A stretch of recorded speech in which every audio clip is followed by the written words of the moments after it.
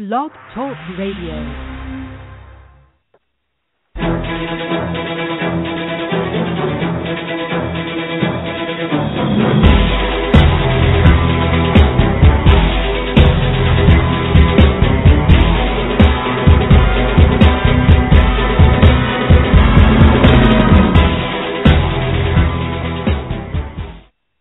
Welcome to another episode of The Grueling Truth. I'm your host, Mike Goodpaster, and joining me as always is my co-host, Matt Andrews Cabbage. Mike, always good to be here. All right. Well, our guest tonight, very special guest, revolutionized the position of outside linebacker in the 1970s. Seven-time Pro Bowl selection, was named in a 1970s All-Decade team. Help me welcome to the show former Houston Oilers great, Robert Brazile. Good evening, guys. It's such a pleasure. It's such a pleasure to be on your show. I'm not up at this time of the night, so I really don't listen to your show that much, but thanks for having me on. Oh, it's always a pleasure, and everything's podcasted. If you want to listen to any of the old shows, you can listen to them that way. And anybody out there, we've had Roger Clegg, Tom Flores, Levon Kirkland over the past few weeks. So you can find us at just go to the Grueling Truth Facebook page. You can get all the shows that way. And shortly we'll be on, hopefully, iHeartRadio and a few other outlets outside of just Blog Talk Radio. So let's get started. Let's get started. All right, let's get started. Let's talk about when you were younger, or your early life. What was your first contact with the game of football? When did you begin playing? I started my first contact football in the stadium in Pritchett. I started off as a team. We played little pep football. My uncle was the coach, my uncle Odell Randall. He was the one that prepared us not only for football, for any major sport that we wanted to play. Either you had to be a baseball player in Mobile or a football player in Mobile. So I got to start by the age of 10. So who was your biggest influence as you were growing up and getting to know the game of football? Who was really your biggest influence? I always wanted to be Jim Brown. I mean, I can remember taking an old T-shirt and taping that number on the back of it. I just wanted to be Jim Brown, just running all over people. People used to call me the Bull. So I think Jim Brown was my biggest influence because couldn't nobody never tackle him. The way he got up, never pulled his pants up, just got up and just ran that straight back to the huddle and said, "Give me the ball again." All right, you decided to go to Jackson State. What made you decide to go to Jackson State, which was a smaller school? Well, a lot of people don't know the true story of the reason why I ended up at Jackson. I had initially signed a letter of intent to Troy State, which is in Alabama. I had another friend of mine. His name was Ricky Young. We both wanted to go to school together. So Ricky and I took a bus trip to Troy, Alabama, and we signed a letter of intent. But before we could get there during the spring, my mom and my dad wanted to go up to see the college. So my mom and my dad put us in the car to drive up to see the college. This was during the springtime. You got to understand this, back in the 70s, the 71, and we drive up on this campus, and everybody's out suntanning. My mother said, turn the car around. Y'all got to find another school. You cannot go to school up there. Ain't nobody going to school. Everybody's suntanning. So the next week, the next week, I had a cousin that lived in Jackson. He was a hell of a linebacker. His name was Anthony Gibbs. Anthony Gibbs was probably one of the key linebackers for years at Jackson. He was already there. So we got him to call Bob Hill to give us a shot. Bob Hill did not even look at me as a linebacker. He looked down at Ricky Young's legs and said, this boy here is a good fullback. I'm going to sign him because I get somebody blocked for Walter. And in the meantime, me and my dad looking at him saying, hey, what about us? I'm the reason why we're here. He said, oh, you come on, you can get a scholarship too. So that's how I ended up at Jackson State. Tell us a little bit about your college career. I mean, did you want to be a linebacker? Did you want to be something else? Tell us a little bit about what it was like to play there. Well, I had initially played both ways in high school, both linebacker and tight end. And when I got to Jackson, Jackson had a barnyard full of linebackers, the Richardson brothers, and three other Milton Webb, and all these were at least 3 to 4 year starters. So they put us on a red shirt team, and we actually had to prove ourselves how good we were. I mean, people would believe that Walter was once on a red shirt team, Ricky Young was on a red shirt team, and Charles James, all these guys who got drafted out there, 75 draft that year, we all started off on a goon squad team that was beating the number one team that Jackson State had at that time. I was playing linebacker, man, tight end. The opening season, they did not take a freshman on the road trip. You know, you practice all that time, you don't get a chance, and you go check the list, and your name ain't on that list, and they're saying, we're not taking no freshmen. That means that Walter Payton, Ricky Young, Robert Brazile, John Tate, Charles James, all these going to be superstars did not make that road trip. And we all said, when they're going to come out here to Texas, after Houston, we lost 3 linebackers that year. 3 linebackers out of one game. And John Tate, which is our linebacker, like Robert and myself, he and I went to play. We switched over from tight end to linebacker all in like a week's time. But we had been playing both ways all the time in there. Hello? Yeah, you there? My screen just went blank on this, so we're going to fly. If there's anybody out there that's calling in, I can't see you to get you in, so I apologize for that. But go ahead and continue, Robert. Oh, and so that's how I ended up as a linebacker. From that, we just flourished as a group. We was all young. We all came in and just took the position. Milton was really vocal in that. I'm telling W.C. Gordon, my defensive coordinator, that I could play linebacker because he had really stepped up and he had tore his knee all the way up. And this is the time for me to just lucky that I was in the right place at the right time. Well, after college, I know Matt always loves to ask this question. He asks everybody that. What was draft day for you like? I know I saw an NFL Films piece about you and Walter Payton on draft day. Just tell us a little bit how your draft day went. We was a close-knit group of guys at a small college. We knew we had some aces there. I mean, Bob here know he had some aces, but we had a barnyard full of athletes, and we were so worried about the other guys. Walter and myself had played in 3 or 4 bowl games, the East-West Shrine game, the Senior Bowl, North and South game, and we knew we was going to get drafted. But we decided to hide from the press till we figured out that the other guys off that team during the year, under 75 draft, at least had a shot. We were so worried about Ricky getting a shot, John Tate getting a shot, and all these other guys that had also helped us so much in that year. So we just played cops and robbers hiding from the press. We was out riding motorbikes. I don't like to tell that story because they weren't supposed to have motorbikes, but I had bought a motorbike from one of my friends, and we was out hiding, running from the press that day. So what was it like to be around Walter Payton, and what kind of a teammate was like? Tell us a little bit about your time around Walter. Let me explain. Walter was a kid that loved to play jokes.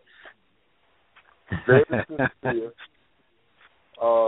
If you ever been pinched and never could get the guy that pinched you, if you ever went to your bed and found out it was a fake rat or a snake in it, if you ever went and was wondering where your shoe screens in your shoes, that was Walter. Walter played more jokes and played more little games with everybody. He kept something going all the time. But on the good side of Walter, he was a motivator. Could nobody outwork Milwaukee. Could nobody out-practice him, and he was all about the team. It wasn't so much about Walter. He wanted everybody to be in tip-top shape. And if you stayed around him, you was going to be in tip-top shape. Well, your rookie season, 1975, Bumtholz came in, first year as the coach there. The Oilers had been pretty bad most of the 70s. I think drafting you, I know I just wrote a story about the 1979 Oilers that actually got published tonight, but I think he came in and he drafted the building block of the defense with you. A few years later, he gets Earl Campbell. Coming from a small school at Jackson State, you won the Defensive Rookie of the Year. Did it have a special meaning to you because you came from a smaller school? I was a kid having fun. I mean, a lot of the awards I got was just because I was out there having fun. I mean, everybody said I was Rookie of the Year, and what motivated me to be the number one defensive Rookie of the Year. I was just out having Brazile fun. I knew that if I played hard and I left everything on the field, at the day, I didn't want nobody to say what I should have done or what I could have done. And that was one of the main things. And Baum drafted me as I think Sid Gibman set that all up. Though. Let's set the record straight. Sid Gibman set that up where he traded for Curly Cup and Teddy Washington. And the only thing that they was really missing was an out. They had a great outside linebacker. I got to give credit to the other three linebackers they had at that time. Greg Bingham, Steve Kiner, Teddy Washington. They needed one more good linebacker, and then Baum traded and drafted Robert Brazile in that spot. Tom Williams was the AD at that time, the manager, and he drafted me at that spot. I just fell in with a bunch of good veterans. I mean, you got to understand, I had 2 All-Pros that really coached me the whole while. I'm not saying what Bingham been teaching me every day or what Teddy been teaching me, but Curly and Aaron Buffet, that's 2 Hall of Famers right there that you playing next to and having fun with. I was just like a kid in a candy store.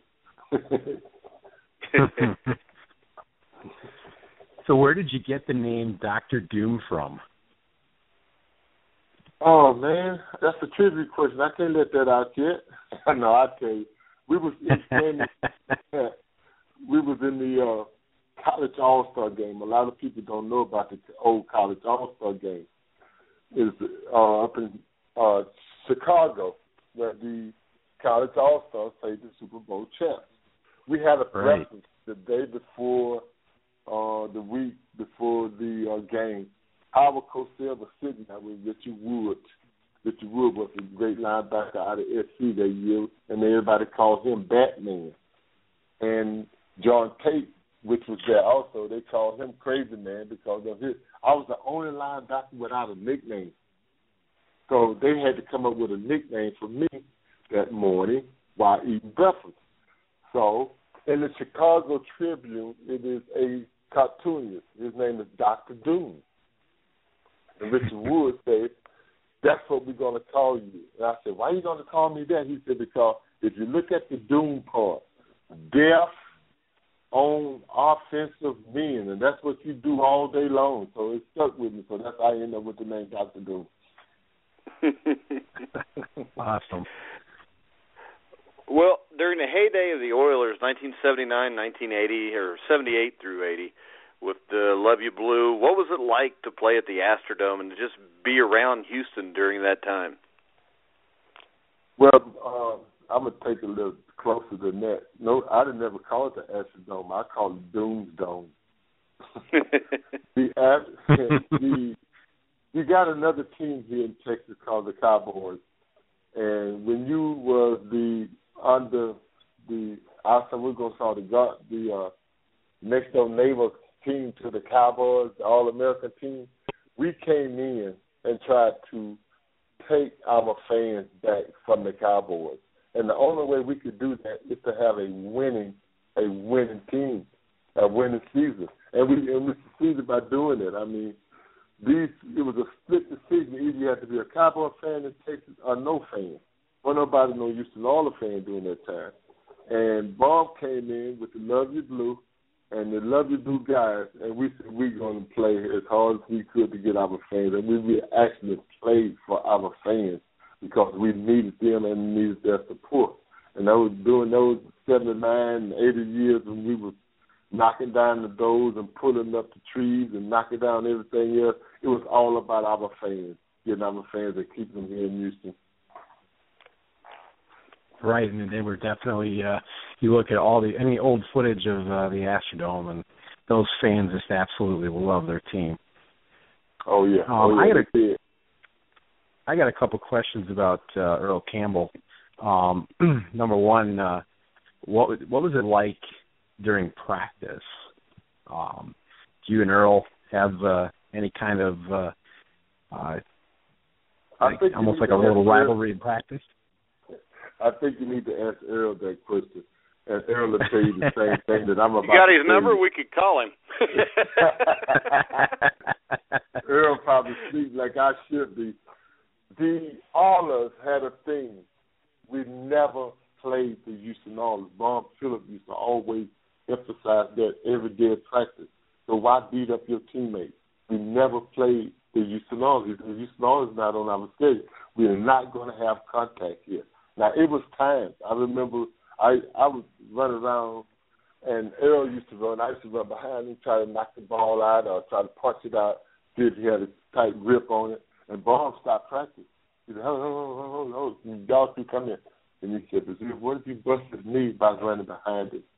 I said, good point, Coach. We won't do that no more. The next day I was right back doing the same thing. But I understood what he was saying. We didn't have the Houston Oilers on our schedule, and we did not have a physical. We left it. We took it all out on Sunday, where we should have been, where most people did. We didn't beat up on each other. But Earl would tell you, right. We hit head on, and me and him always said, I don't know who's going to get up first, but it's going to be one hell of a train wreck. Well, I'll tell you one game that I remember growing up, because I remember having to fight my parents because I was supposed to be in bed by 11 because I had school the next day, was the Monday night game against the Miami Dolphins in Houston in 1978. Right. That was a good Tell game. us what that game was like, because that looked blue game. Yeah, I can still hear that song in my head because of that night. But I think everybody, I think that song even followed us back down to Miami. Miami tried to steal that song from us, Love Your Blue song. But it was, you would thought you was at a big carnival, but it was some great football being played on both sides of the ball. We had a lot of respect for the Miami Dolphins at that time. Don Shula was a great coach. Baum always emphasized how good a coach he was, and we had to beat him both mentally and physically. And that's how the game was, and that's how the game ended. Who was going to be the most physical, and who was going to leave it on the field. Well, as the 78 season was coming to an end, the Oilers really, as we were talking about before, they had a rough time in the 70s, but at some point near the end, you had to realize you were going to the playoffs. What did that mean to you? And you've been in the league a couple of years, but what was the atmosphere like in the locker room when you guys realized you were going to the playoffs and you had a chance to compete to win a championship? We had put the cake all in the pan. We had all the ingredients. Everybody was up on the uphill beat. Everybody was pulling for each other. We had won our fans from Dallas. Everybody knew that we was a contender. We had split with Pittsburgh that year, and we needed to beat them again. We needed to beat them real bad. And I think, everybody want to say the call that they didn't make in Pittsburgh had a lot to do with us not being in the Super Bowl.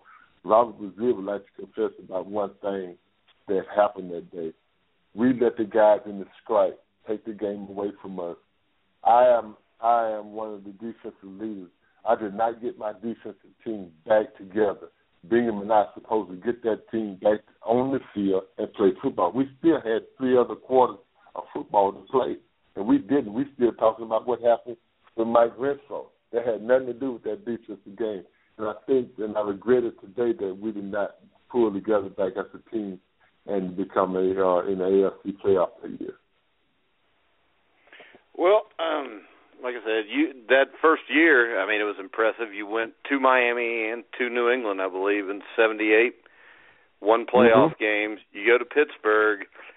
That first one, I think, wasn't that the game where they put up like 3 or 4 touchdowns in like a minute off of penalties? The weather was bad. Yeah. I don't know. It seemed like they always had Earl Campbell's number also, Pittsburgh. And really, what was the rivalry with Pittsburgh like? Because when I remember late 70s, that's what I remember. You remember early 70s, you're thinking Pittsburgh, Oakland. Late 70s, you're thinking Pittsburgh, Houston. What was that rivalry like? The rivalry was, we left it on the field. I mean, the Friday night, if I was up in Pittsburgh, I would call a Rocky one of Jack Lambert or one of Jack Hammer. We would talk, but we knew on Sunday we had to play football. It wasn't so much of a rivalry. It was just who was going to be the best team that next day or that Sunday. Pittsburgh was great. You got to give credit where credit's due. I mean, Pittsburgh had our number, and we did not have all the ingredients to beat them in the set time that we needed to beat them. So after the the 78 season ends in disappointment, you guys are looking around. You've got, Earl Campbell was a rookie in 78, and you you've got Earl coming back next year. What's the atmosphere like as you're preparing for the 79 season, and you're thinking, well, we got to get back and beat Pittsburgh? I think that's the year Baum said, this year we knocked on the door. Next year we're going to kick that door down. That's the attitude that we had. That was the attitude we had. Every all of that I knew, and if I know them still today, them that are living, still feel like we prepared ourselves for the game. But sometimes it just, you got all types of elements, and I know they're on both sides of the field. Pittsburgh was supposed to win those games, and we just didn't. I know I prepared myself just like I did every game, but the outcome didn't come out like I planned it. So I just got to keep giving Pittsburgh their credit. They won it, and if I had to do it again, I don't think they want to play the Oilers no more after that, because I think we would have beat them in a different way. But the attitude in the locker room was, let's leave it on the field, and we did. I think it was.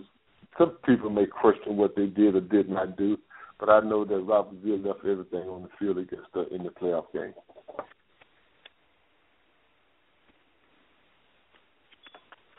Mike? Hey, I want to remind listeners that we're talking to Robert Brazile. The show is live for the first half hour, which gives us 7 more minutes live, and then we'll have 15 minutes of archive time. At the top of the hour, midnight Eastern Time, 11 o'clock Central Time, you can actually go listen to the rest of the podcast all the way through. So let's go to 1979, the playoffs. You guys played a game against Denver. You won the game 13-7. Very physical game. You had the Orange Crush defense against Dr. Doom's defense, and a lot of injuries in the game. You guys lose Dan Pastorini, your starting quarterback, Ken Burrow, your starting wide receiver, Earl Campbell, your starting running back. So going into the game in San Diego against the Chargers, what was the feeling of the team? What did Coach Phillips say to you guys to make you believe you could win the game? We had some guys that I really know, and if you look back at the film, which you guys have, they stepped up to the plate. We as a defense knew we had to prepare ourselves for Dan Fouts and the Chargers. One of my best friends was playing with the Chargers at that time, Ricky Young, which was a roommate with me and Walter back in Jackson. And Ricky knew that I was prepared. I think he called me for the game, and I was like real sharp with him, saying, man, I got so much, I don't know what I'm going to do tomorrow, but I don't think you need to get about 20 yards if I give you that minute. Defensively, we had to put a great performance together. We did. But we had other guys. You got to understand, I've seen Rod Carpenter, Gifford Nielsen, and Ronnie Coleman play one of the better games I ever seen any backups that ever played for the Houston Oilers. Rob Carpenter had a all-pro game that day. Vernon Perry came up with 4 interceptions. It's like, you know, you don't see this until it's over with. But during the game, those guys put up one great. I didn't have one of the better games. I guess I was so happy that I was a part of this and seeing what was happening, both offensively and defensively for the Houston Oilers. But these guys really stepped up to the plate and played one great game against the San Diego Chargers. Vernon come up with 4 interceptions and a blocked field goal. That's unheard. I think nobody has yet to break that record. No one will never break that record. 4 interceptions and a blocked field goal. I always tell you, let Mike Fuller run you down. He said he was tired. I said, no, you can't be tired in the NFL. You're never supposed to be tired. Mike Fuller's a great ball player, and he got great speed, but he'll run you down.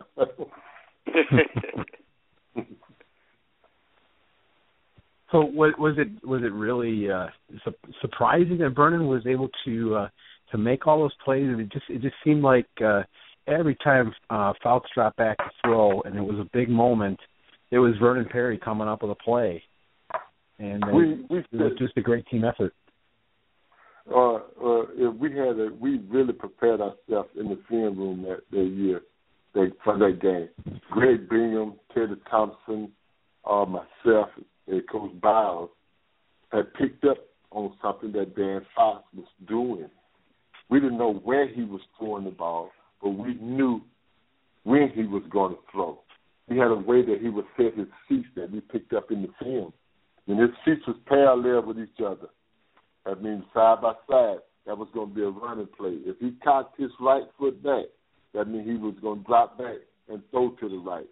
We didn't know where he was going to throw to the right, but we knew that, and we actually kept a lot of pass rushers known and had some full coverages and man-to-man coverages on because of what we picked up in the film. All right.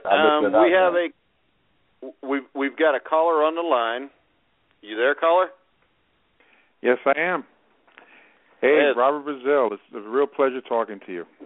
Who's this? My name is Joe. I'm calling from Teaneck, New Jersey. New Jersey. Yeah, Joe is actually the co-host of my boxing show every Tuesday night. My screen was blank for almost this entire show, so I couldn't see who called in and who didn't. He's been patiently waiting on hold as I figured out what the heck was wrong here, and I'm still not sure, but his number just popped up, so we got him in. What's your question, Joe? Joe. What's up, Joe? Well, again, it's a real pleasure. I just wanted to ask you this question. To me, I saw you play. To me, you're the bridge from Bobby Bell, Jack Ham, Dave Robinson, Ted Hendricks to the modern linebacker. All those guys in the Hall of Fame, and you're not, and you are definitely deserving. You passed the eye test. You had the numbers. You were a great all-around player. Does it bother you that you haven't been considered for the Hall? Good. I'm 62 years old, and I left Atlanta. I've been saying this over, and I keep saying it. It's still a bunch of great guys that need to be in the Hall of Fame. And if it's for Robert Brazile to get in the Hall of Fame, I will get there. But I have no regrets of what I've done, football-wise or in other ways. But I don't make those decisions. The people that make those decisions will make the decision for Robert if it's for them to make that decision. I hope that they do. I'm 62 years old, and, everybody would like, every football player that played in the NFL say they don't want to be a Hall of Fame. They'll be lying to say that they didn't. I would love to be in the Hall of Fame, but I want to wait my turn, and when it's time, I want to really, really enjoy it. I don't want to pressure nobody by putting me in there, but when it's due, it'll be on time, whenever it's due. Well, that's I give you so much credit for that answer. You're very gracious, and that's probably one of the reasons why, no disrespect, you've been a little overlooked because it looks like you're not the type to campaign for yourself. So maybe you need a PR person. I have one. I have a couple of PR people. I just met them. I just became Facebook friends with these guys. They're going to do it if it needs to be done. I got great faith. I like, by the way, the Matt, that was a great job y'all did with the, like you say, with the picture, and Mike with that article. But I hadn't seen the Tom's All-American team, neutralized the team. That was frightening to see that, man. I didn't know I did all that.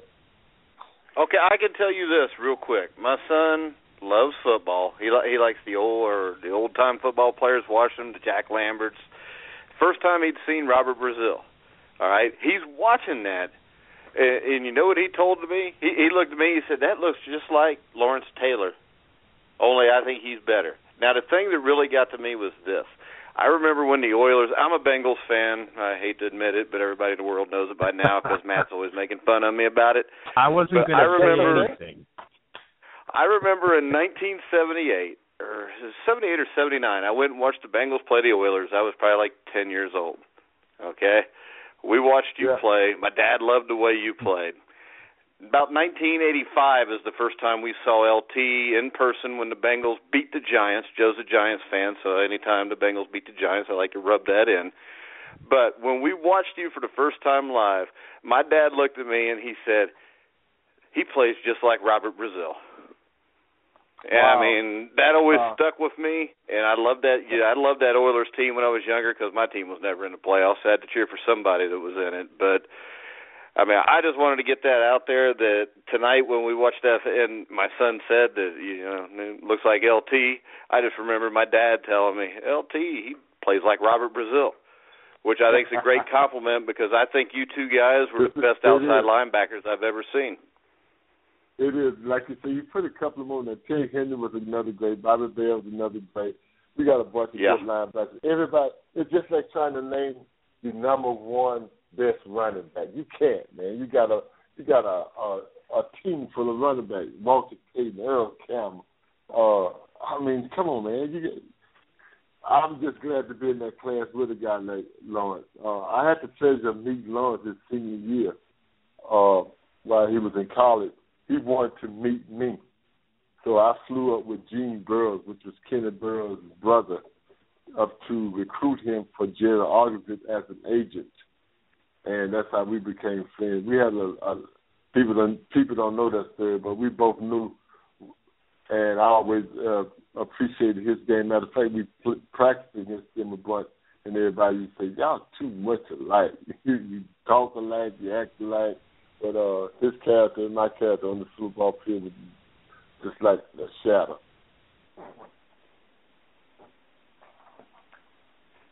I wanted to ask you also about Billy White Shoes Johnson. One of the best kickoff return, punt return, you name it. He good receiver, obviously a really flashy guy. Brought a lot to your team.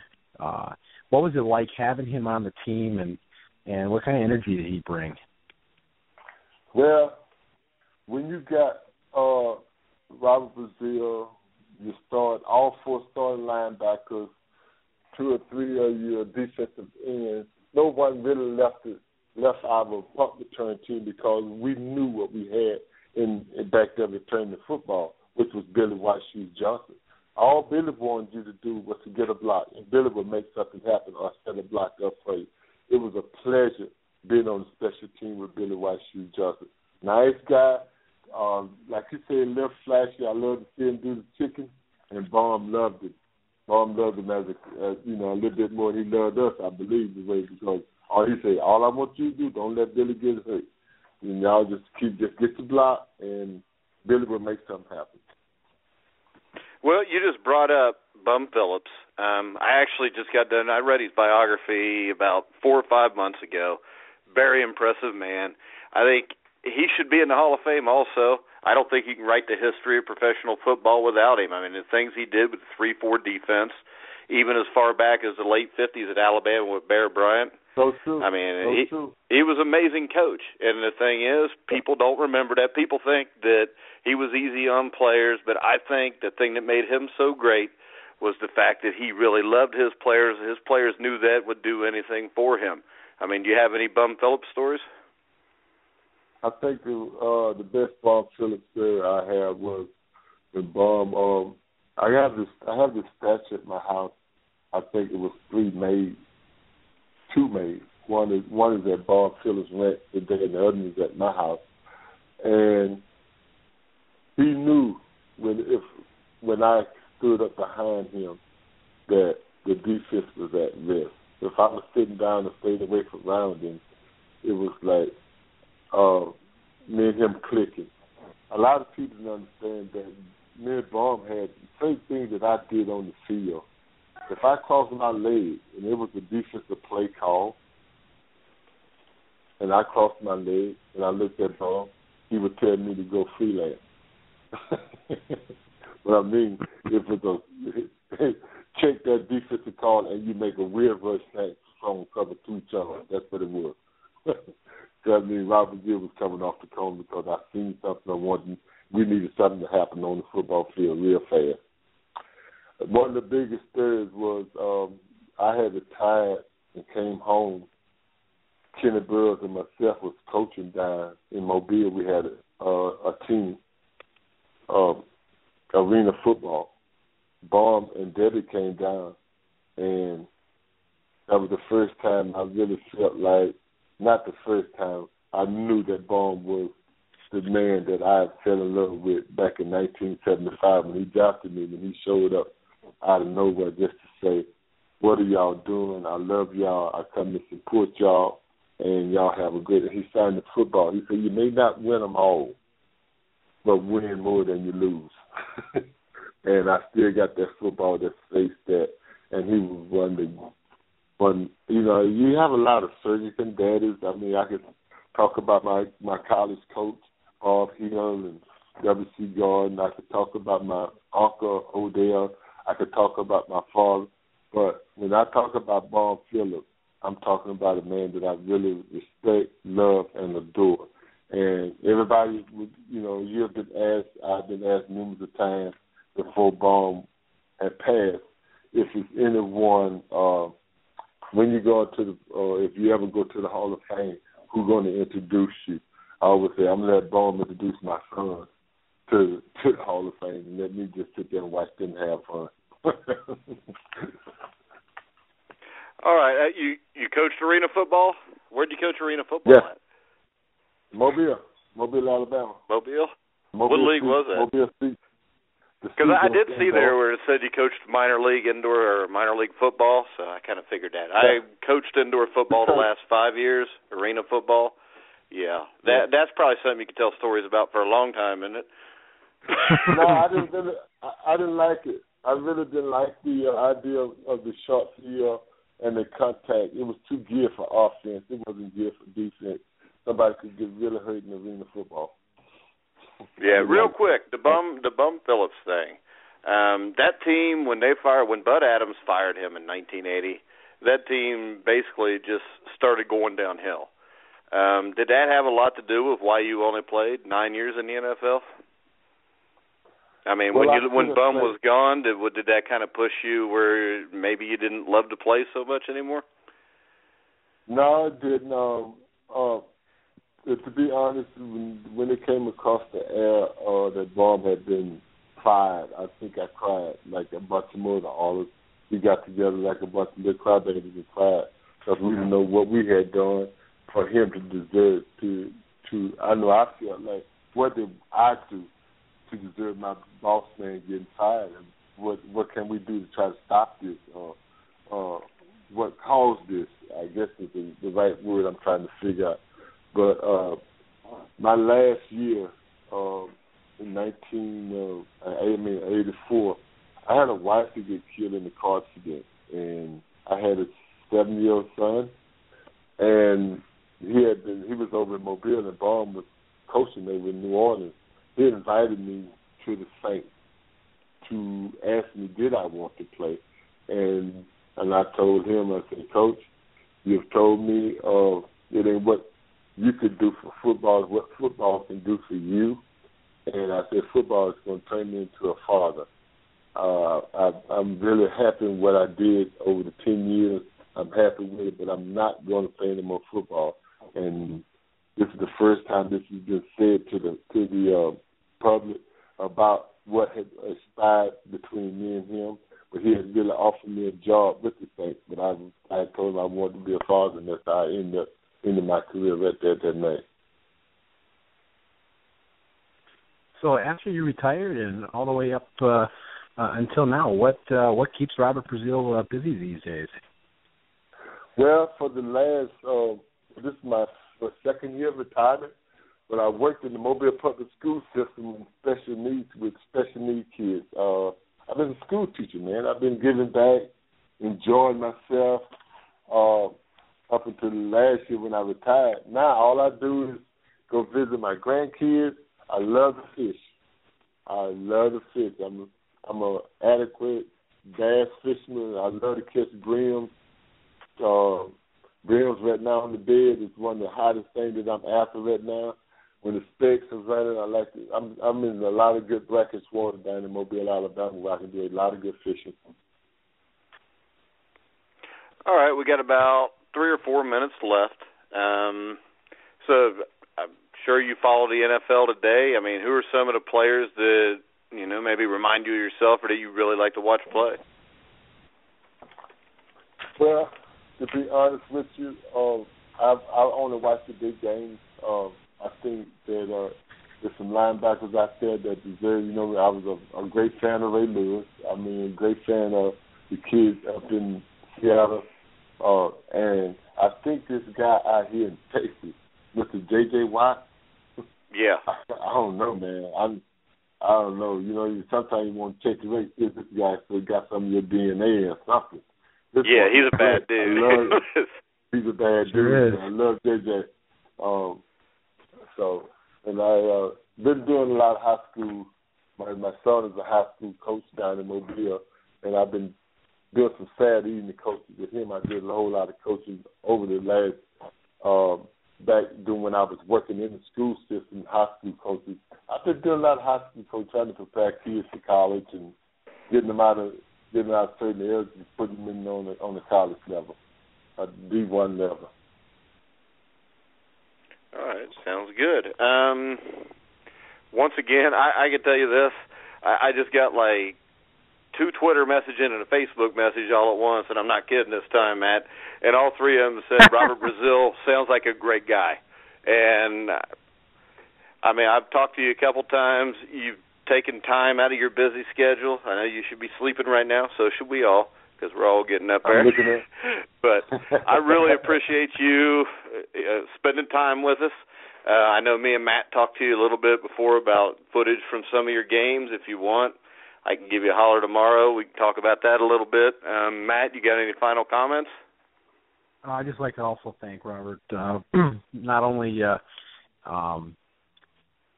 accepting my friend request on Facebook, but for spending time with us, and just love to hear about the Lovey Blue Oilers. Are one of the best, most fun to watch teams ever. Appreciate you being on with us tonight. Hey guys, this is a pleasure on this end. A lot of people don't realize, that is no more Houston Oilers. Once all of these guys, and I'm counting myself and the Campbells and the Thayers, the Cups, the Binghams, the Perrys, when these Oilers are gone, there would never be another Houston Oilers. And it's sad, it was a great team. I mean, Greg Bingham was a great linebacker. Curly Culp was a great defensive lineman.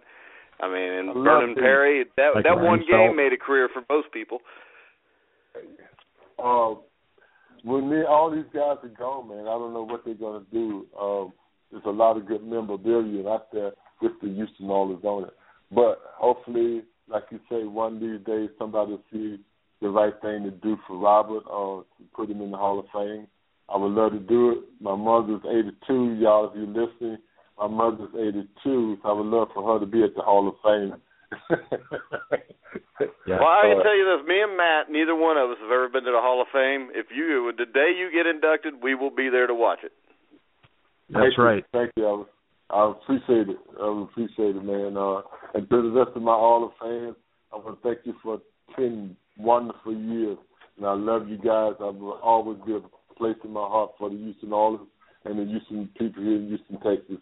I love you guys, and thank y'all again so much for having me on the show. If I could do it again, I would do it whenever you ask me to call. Just give me a heads up. All right. Hey, thanks a lot, Robert. All right, man. Thanks, Robert.